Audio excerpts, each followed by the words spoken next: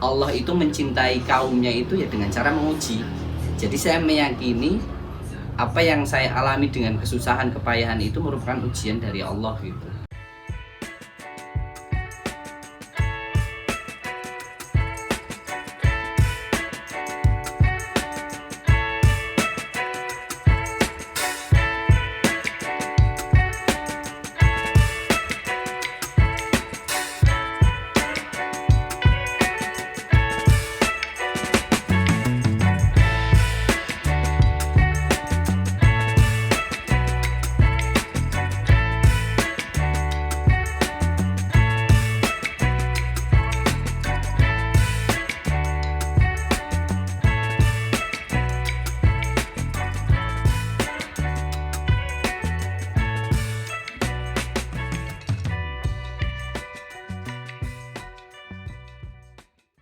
Assalamualaikum warahmatullahi wabarakatuh. Perkenalkan, nama saya Fikrian Fajar Alfarobi. Saya asal dari Kalibeber, Wonosobo. Jadi kalau di Kalibeber ini terkenal dengan kota santri, walaupun sebenarnya tidak masuk kota gitu ya, masih terbilang kecamatan, tapi sudah terkenal gitu bahwasanya Wonosobo itu kota santrinya itu karena adanya Kalibeber. Aktivitas sehari-hari saya selain ngajar SD itu saya sorenya, jadi kalau pagi saya di SD Aisyah Bilingual Full Day di Garung, salah satu kecamatan di Wonosobo, dan sorenya saya aktivitasnya di TPQ Muhammadiyah Darussalam Kalibeber. Background pendidikan saya itu S1 Teknik Elektro di Universitas Muhammadiyah Yogyakarta, kemudian saya melanjutkan studi magister di teknik elektro juga sama, tapi di Universitas Gadjah Mada Yogyakarta. Jadi sebelumnya begitu ya, jadi saya kembali ke Wonosobo itu sekitar bulan Juli gitu, sepeninggal ayah saya gitu. Waktu itu masih ini ya, terdampak COVID gitu. Kemudian saya memutuskan kembali. Sebelumnya saya sudah di Solo.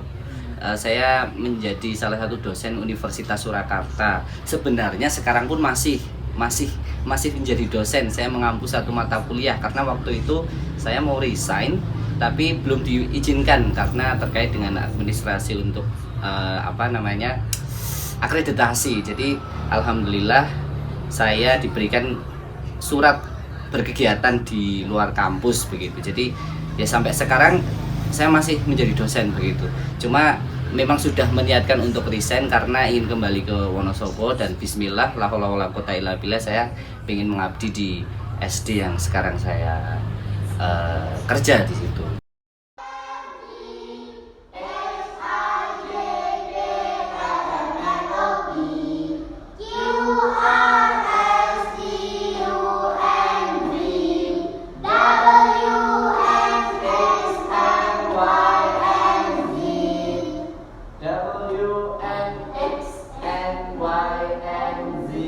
Saya 5 bersaudara dan saya cowok sendiri. Sepeninggal ayah saya memutuskan untuk kembali ke Wonosobo karena untuk menemani orang tua. Dengan siapa lagi begitu kalau tidak sama saya selaku putra satu-satunya. Karena otomatis kakak-kakak saya yang perempuan pasti bersama dengan suaminya masing-masing. Jadi saya memutuskan untuk kembali untuk menemani ibu saya. Alhamdulillah ini sedang merintis. Ya sudah berjalan tapi masih merintis karena merasa belum tersistem gitu ya. Iya, saya bisnis telur asin begitu, namanya Fajar Telur Asin. Saya mulai bisnis itu setelah bapak meninggal. Waktu itu tante saya dari Kalimantan itu ke sini gitu beberapa hari karena melayat dan menginap di sini, dan ya bincang-bincang begitulah menantang saya untuk berbisnis gitu, berusaha gitu. Terus dan yang ditawarkan kalau tidak salah itu telur asin gitu, dicoba telur asin, yuk tak ajarin begitu. Kemudian ya saya mencoba gitu, diajarin dari kalau tidak salah pertama itu 50 butir telur, dicoba 15 hari itu. Jadi dari situ sudah bisa dipastikan bule saya atau tante saya itu di sini lumayan lama gitu, karena memang niat untuk menemani ibu saya untuk melayat, tapi di situ ada misi gitu untuk mempelajari saya untuk berbisnis begitu. Nah alhamdulillah Jadi begitu dengan resep yang beliau berikan kepada saya 15 hari itu dalam proses pembuatannya, kemudian dicobalah sama kerabat bule saya yang ada di sini, kakak, dan ternyata enak dan dilanjutkan begitu. Jadi kalau tidak salah setelah uji coba 50 butir telur itu dilanjutkan dengan modal kalau tidak salah 800.000 untuk alat-alatnya, untuk tempat perendamannya, garam dan lain sebagainya. Nah sebelumnya jadi sebelum jadi guru, bisnis itu sudah dimulai terlebih dahulu.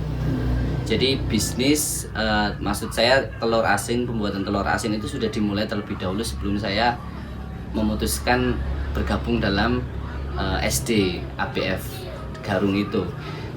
Jadi saat itu masih tersistem lah, kita terjadwal 3 hari produksi seperti itu. Kemudian dapat rezeki untuk bergabung di SD ABF Khalifah Garung. Nah ini mulai goyang ini, mulai goyang karena sudah sulit, sudah tidak terjadwal lagi gitu. Jadi kalau dirasa ada waktu luang ya produksi gitu. Jadi saya tidak sendiri, saya bersama istri gitu. Istri saya bidan dan itu kerjanya shift.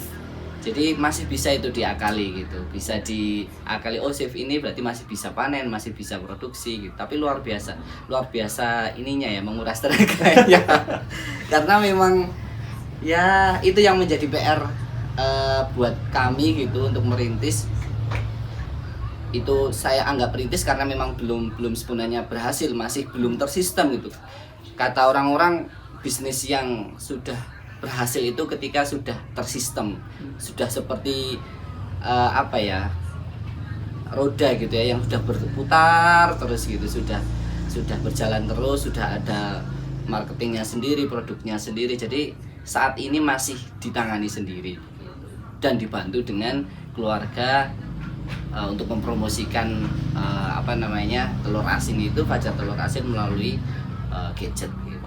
Jadi untuk mensiasati kami sudah mulai melibatkan tenaga kerja begitu, karena kebetulan di rumah saya ini kan tidak hanya produksi telur asin juga, tapi ada konveksi juga, yang di situ ada karyawan-karyawan yang tidak bekerja terus-menerus begitu. Jadi kami merasa terbantukan, ada karyawan yang bisa kami libatkan dalam produksi telur asin sehingga tetap jalan gitu. Jadi kalau dalam ini ya, saya sedikit menjelaskan rangkaian produksi telur asin gitu. Dari mulai datangnya telur begitu, telur dari petani gitu, kami memilah gitu, mana yang kira-kira bisa diproduksi, mana yang tidak begitu. Tidak diproduksi itu ketika ada retak-retak, ada yang pecah gitu, karena itu sudah tidak itu sudah langsung dieliminasi untuk tidak dilanjutkan dalam produksi. Nah setelah pemilahan kemudian baru pencucian, karena itu masih kotor ya dari kandang gitu. Nah di proses pencucian itu yang kami mencoba melibatkan dari karyawan yang ada di rumah gitu. Jadi alhamdulillah sedikit terbantukan. Tapi proses selanjutnya dari perendaman kemudian pemanenan itu masih dilakukan sendiri. Nah itu salah satu siasat mulai melibatkan.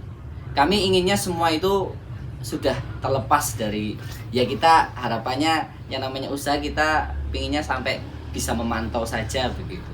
Semua tersistem dari proses produksi dan lain sebagainya.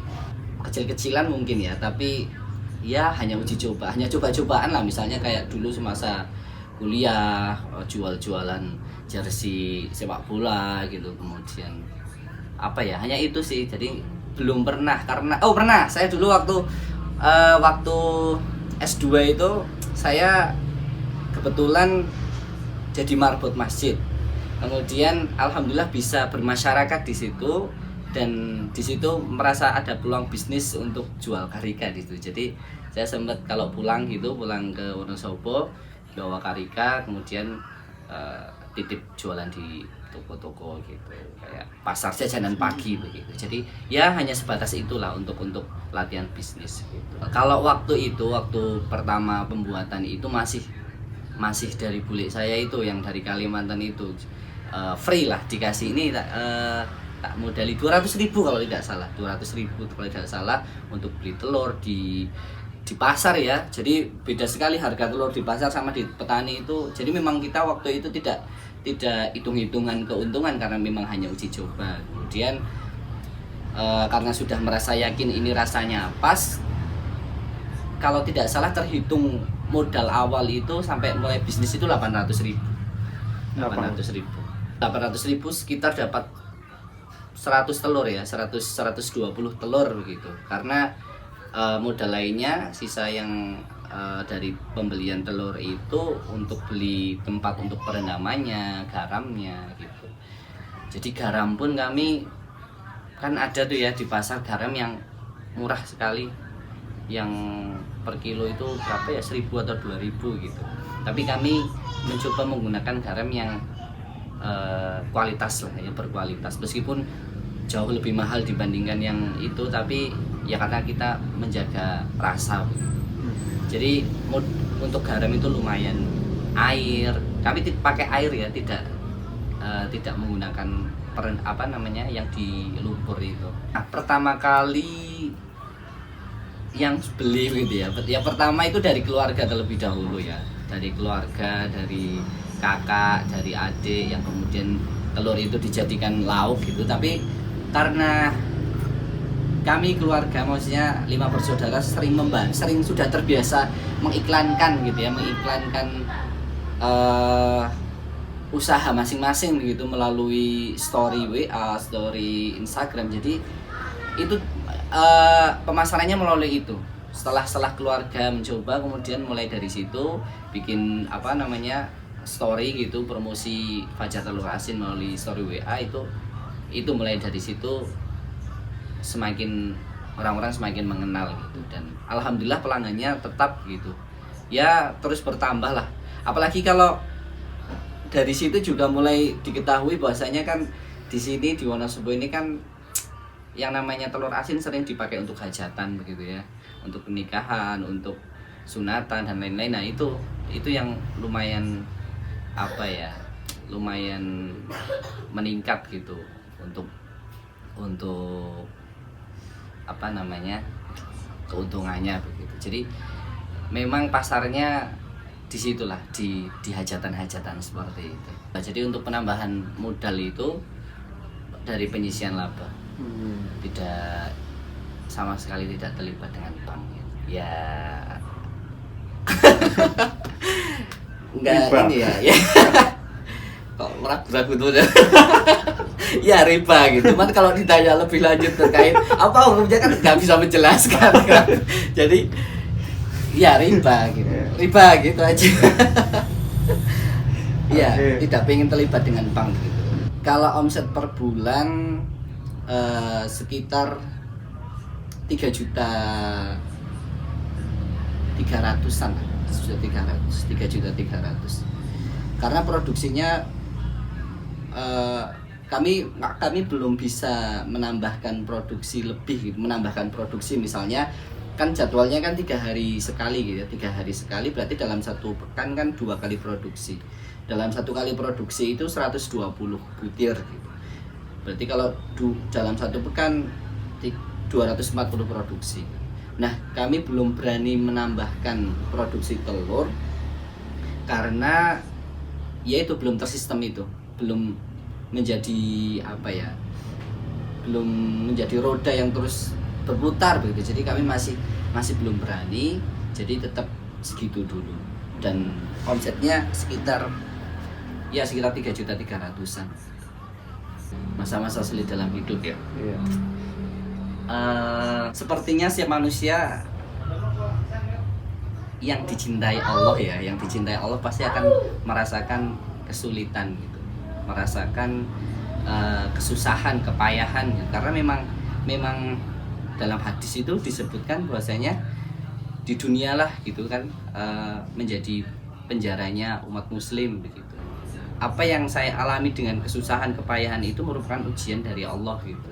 Kemudian di situ disampaikan dalam hadis bahwasanya ketika kita ikhlas, ketika kita sabar, ketika kita ridho apa yang Allah ujikan kepada si hambanya itu, maka ya Allah ridho. Tapi kalau ketika kita murka gitu, Rasulullah gitu, dengan ujian yang Allah berikan, ya kita tidak apa-apa. Yang seharusnya menjadi ujian itu, yang seharusnya menjadi peluang atau potensi pahala yang begitu besar, malah sia-sia gitu kalau kita kok diuji sama Allah menjadi menjadi tidak sabar, menjadi Rasulullah seperti itu. Jadi pasti gitu ya, dalam kehidupan yang saya alami ini, yang namanya kesusahan, kesulitan itu saya rasakan gitu.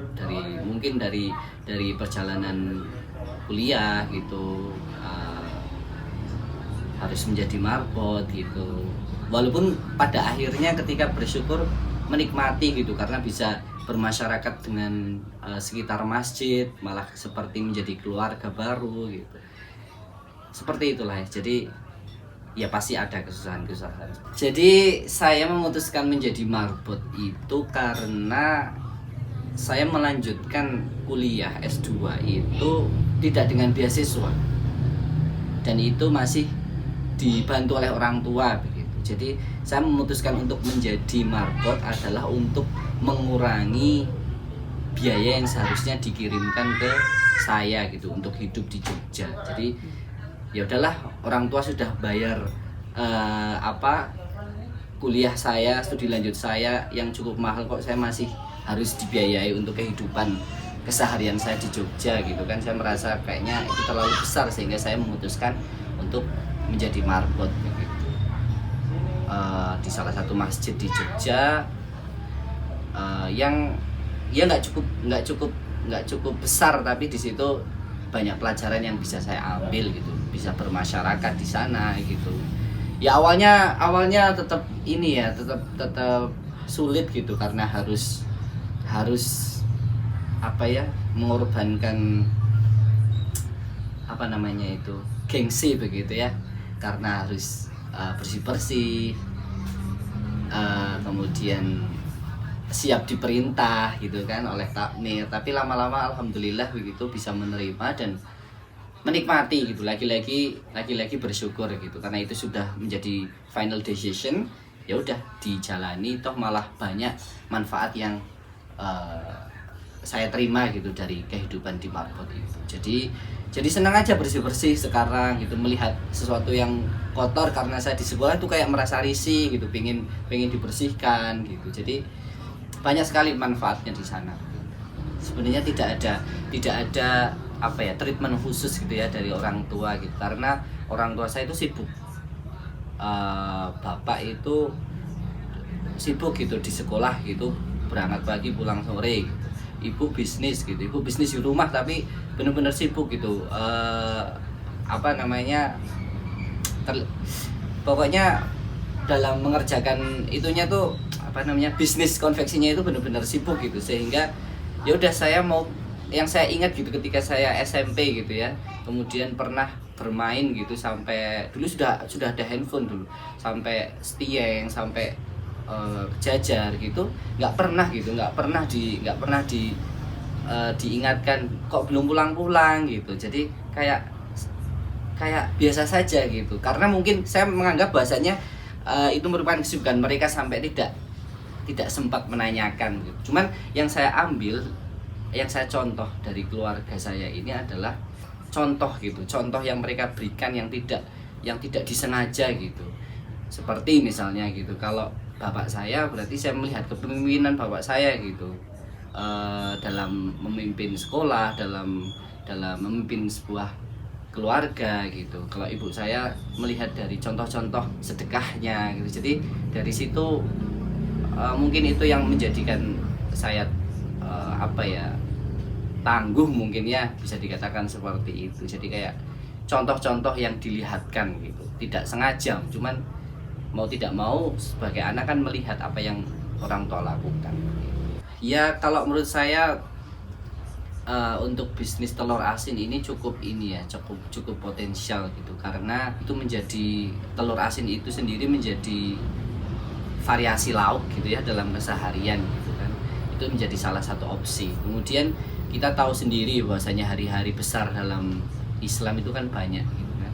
Itu juga sangat potensi sekali gitu untuk untuk menghidangkan gitu telur itu dalam hidangan acara-acara besar seperti itu. Jadi yang sudah menjadi kunci gitu adalah kalau dalam keseharian pasti itu menjadi salah satu variasi gitu kan, variasi lauk gitu dalam keseharian. Kemudian yang lain potensinya adalah oleh-oleh gitu. Bisa jadi salah satu contoh lah, misalnya kayak mau saudara mau menjenguk gitu orang sakit, sering gitu beli telur, kemudian apa namanya untuk dibawakan ke orang yang sakit. Terus ada juga saudara yang memiliki kebiasaan Jumat berkah begitu, beli telur untuk tolong dibagi. Alhamdulillah pandemi tetap ini, termasuk Lebaran gitu ya, termasuk kalau tidak salah waktu itu kita mengalami Lebaran saat pandemi kan, itu puasa kan, puasa itu saya tidak terus jualan, tapi malah jualannya bukan terus seperti biasa di hari non puasa begitu, tidak, tapi kita pre-order untuk hari raya. Hari raya juga itu salah satu hari besar yang kemudian menghidangkan pecel sama itu kan cocok sekali sama telur asin. Nah itu sampai seribuan gitu, sampai seribuan telur pre-order gitu untuk hari raya. Jadi ya alhamdulillah tetap jalan begitu walaupun Pak. Saya cita-cita berubah ya kalau dari dulu gitu, misalnya dari SMP gitu pernah bikin jadi koki, kemudian SMA gitu semakin mendapatkan pengaruh begitu ya, bahwasanya ada orang tua yang berhasil gitu, orang tua yang berhasil mendidik anaknya adalah ketika anak itu bisa melampaui orang tuanya. Nah saat itu kebetulan itu saat SMA kalau tidak salah gitu. Nah saat itu bapak saya itu menjadi kepala sekolah gitu. Mendengar pemahaman itu, wah berarti saya harus melebihi bapak saya gitu kan. Nah saya pernah dengan percaya dirinya gitu waktu menjadi mahasiswa baru di Universitas Muhammadiyah Yogyakarta, perkenalan gitu sama dosen di jam pelajaran pertama ya saat kuliah itu, disuruh perkenalan kemudian menyebutkan cita-cita.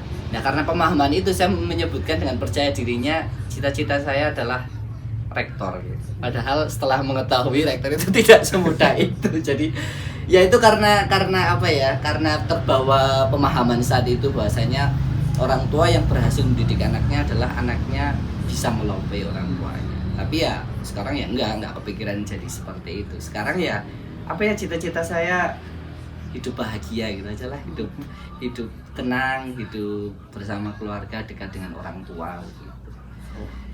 Gitu sih. Pandangan terkait bisnis yang masih menjadi rintisan ini, saya akan berusaha menjadikan bisnis ini tersistem.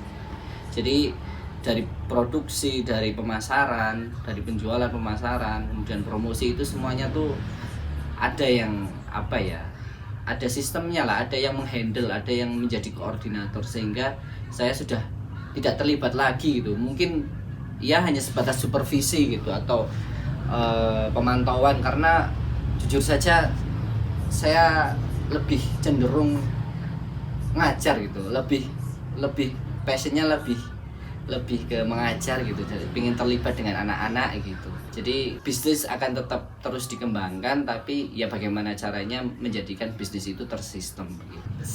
Saya diangkat menjadi kepala Aisyah SDABF itu Agustus, September, Oktober, November, berarti 4 bulan. Tapi saya masuk 1 bulan sebelumnya atau 2 bulan, berarti sekitar 6 bulan 7 bulan. Saya 7 bulan di sekolah itu. Kalau kakak saya kan 2 ya, saya punya 2 kakak gitu. Yang pertama bisnis, yang pertama ibu rumah tangga gitu. Karena banyak anak begitu, kemudian fokus di situ. Kemudian kalau kakak saya yang kedua itu di bisnis juga. Kemudian adik saya yang adik pas saya itu masih studi lanjut di IPB, dan yang terakhir juga masih di rumah gitu. Ya masih menjadi ibu. Ya belum menjadi ibu rumah tangga sih, masih di rumah saja. Kalau terkait bisnis ya sepertinya setiap orang itu harus berani mencoba begitu ya. Karena pada dasarnya saya sendiri pun tidak tidak memiliki jiwa bisnis gitu, karena ya saya kurang tahu ya yang dimaksud jiwa bisnis itu bagaimana. Cuman saya orangnya malu gitu, harus mempromosikan ini itu, tapi kok setelah mencoba ya bisa saja gitu. Menurut saya setiap orang gitu, siapapun yang ingin berbisnis gitu ya dilakukan saja terlebih dahulu gitu. Saya pun seperti itu sebelumnya, saya cukup malu gitu untuk harus mempromosikan ke sana kemari gitu. Tapi setelah dicoba gitu ya dengan apa nih ya, dengan pressure yang ini kok stok telurnya masih ada, ini rasanya kok nggak laku-laku. Nah itu harus bergerak gitu, sehingga ya malu yang dulu punya rasa malu sekarang sudah mulai hilang gitu, maksudnya dalam arti yang positif begitu ya. Terus berani menawarkan dan alhamdulillah terlewati begitu. Jadi memang ya step by step lah untuk bisa sampai mempunyai jiwa pebisnis itu ya memang harus dicoba dulu, dan memang tantangan itu yang akan menghilangkan hal-hal yang jauh dari jiwa pebisnis. TPQ ya mungkin sekitar sudah 2 tahun ya. Untuk menjadi guru TPQ Muhammadiyah Darussalam Kalibuber saya sudah 2 tahun. Kadang ini ya, jadi orang tua gitu atau siapapun yang memiliki anak itu kadang menganggap atau mengesampingkan pendidikan Al-Quran begitu ya. Kayak terlalu yakin bahwasanya pendidikan formal di sekolah-sekolah itu lebih penting dibandingkan Al-Quran, sehingga ya orang-orang kadang menitipkan anaknya di TPQ gitu, tidak bertanggung jawab gitu. Banyak yang kemudian telat membayar syahriah dan bahkan tidak memantau anaknya dalam perkembangan belajarnya, sehingga ya duganya ketika ada di TPQ adalah ketika orang tua tidak support ke santri-santrinya, ke anak-anaknya begitu, sehingga ya sulit gitu untuk memberikan pemahaman kepada anak-anak untuk cepat bisa. Jadi amat disayangkan ketika orang tua itu masih menganggap bahwasanya pendidikan Al-Quran itu tidak prioritas, padahal itu merupakan yang seharusnya menjadi amal jariah buat si orang tua itu gitu. Kalau anaknya bisa mengaji itu kan sangat disayangkan sekali, karena itu aset ya, aset buat saya juga, aset menjadi amal jariah gitu. Dan selain itu ini banget ya, berpikir keuntungan sekali. Tapi di sisi lain yang menjadi betah adalah karena saya memiliki passion ngajar gitu, yang menjadikan saya betah di TPQ karena ya alhamdulillah kok saya merasa passion saya sebagai guru gitu, sebagai yang suka mengajar gitu, mendidik gitu, dan senang gitu sama anak-anak gitu. Bermain dengan anak-anak itu senang. Jadi itu sih yang menjadikan saya betah. Jangan lupa untuk like, subscribe, dan komen di channel Titik Balik. Assalamualaikum warahmatullahi wabarakatuh.